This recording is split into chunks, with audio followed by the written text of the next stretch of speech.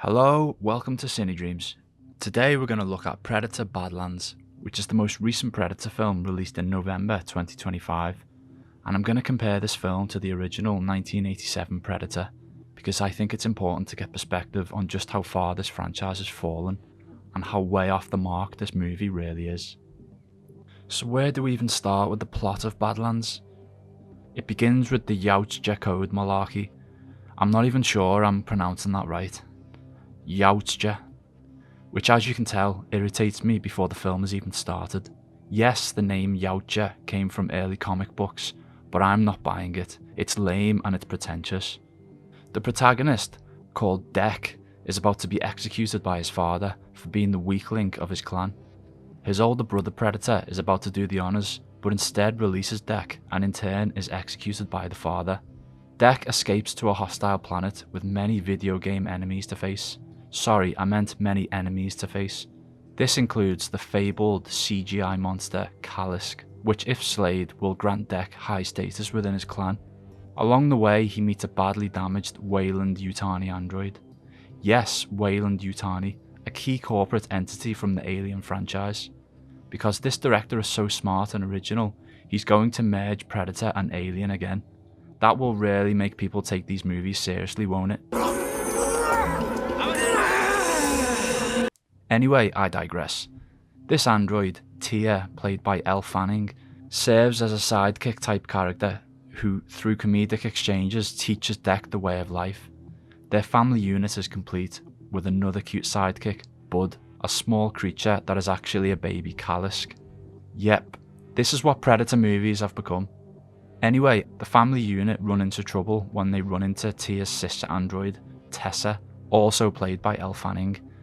Tessa also wants to capture the Kalisk and secure DNA of Dek. Inevitably there's a showdown. Tessa operates a yellow mech loader very similar to the one Ripley uses in Aliens, obviously, and she uses a Predator plasma cannon to combat Dek. It's shamelessly ripped from Aliens, of course, and I say shamelessly because that's what this film needs to stay relevant. Anyway, Tessa fails, the Kalisk dies, and the family are reunited. Dek's father comes back, but he's eliminated by a now adult Bud, and the film ends on a cliffhanger because guess what? Dek's mother arrives. Yes, Mummy Predator arrives.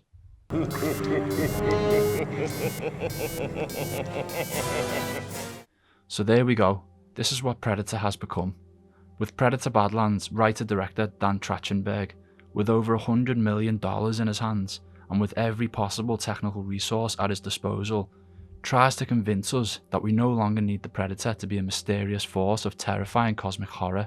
We no longer need the Predator to silently watch his victims and dispatch them in scenes of dread-laden horror. Trachtenberg is telling us that we were wrong about Predator all along, that fear, mystery and restraint are outdated tools. He's telling us that what Predator really needed after all these years was context, explaining where they came from and giving the Predator mummy and daddy issues. The original Predator worked because it refused to explain itself. Even the second film, although not as good, still largely worked because it respected this approach, and the Predator still felt like a scary cosmic force. The creature was so menacing that even the jungle location of the original became something to fear.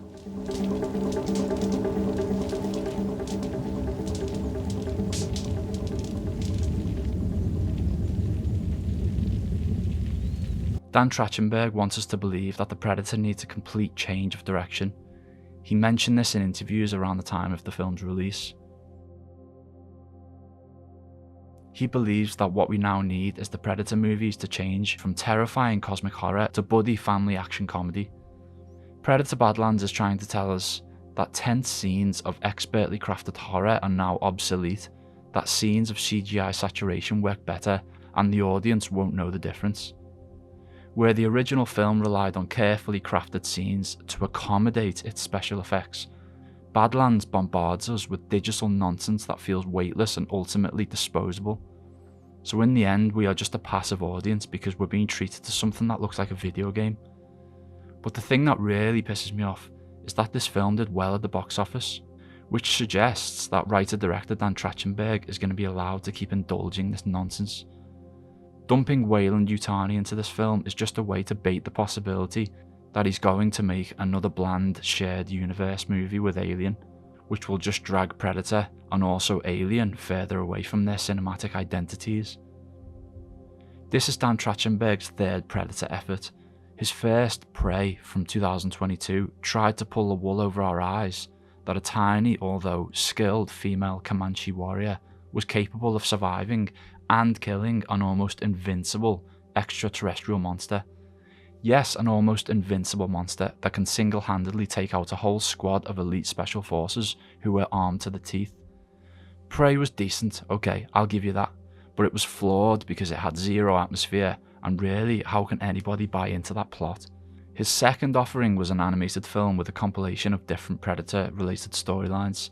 Again, it was decent, the animation was gorgeous, but really, I'm going to reserve my hostility for his third offering, because it's a live-action movie, and it's apparently a serious addition to the franchise. It's got the nerve to call itself a Predator movie, but it doesn't feel anything remotely like one. As I said earlier, Trachtenberg mentioned in interviews that he wanted to do something that hadn't existed before in the Predator universe, but all he's done is take it further and further away from where it truly thrives, which is purely suspenseful, cosmic action horror. He wants us to believe that the future of this franchise is cartoony CGI battles, irritating characters, family drama, and shameless use of tropes from different films. Honestly, he shouldn't be near another Predator movie. If you know, you know. So that's going to do it for this episode of Cine-dreamzzz. If you like the content, please don't hesitate to like and subscribe. And as always, don't forget your popcorn. See you next time.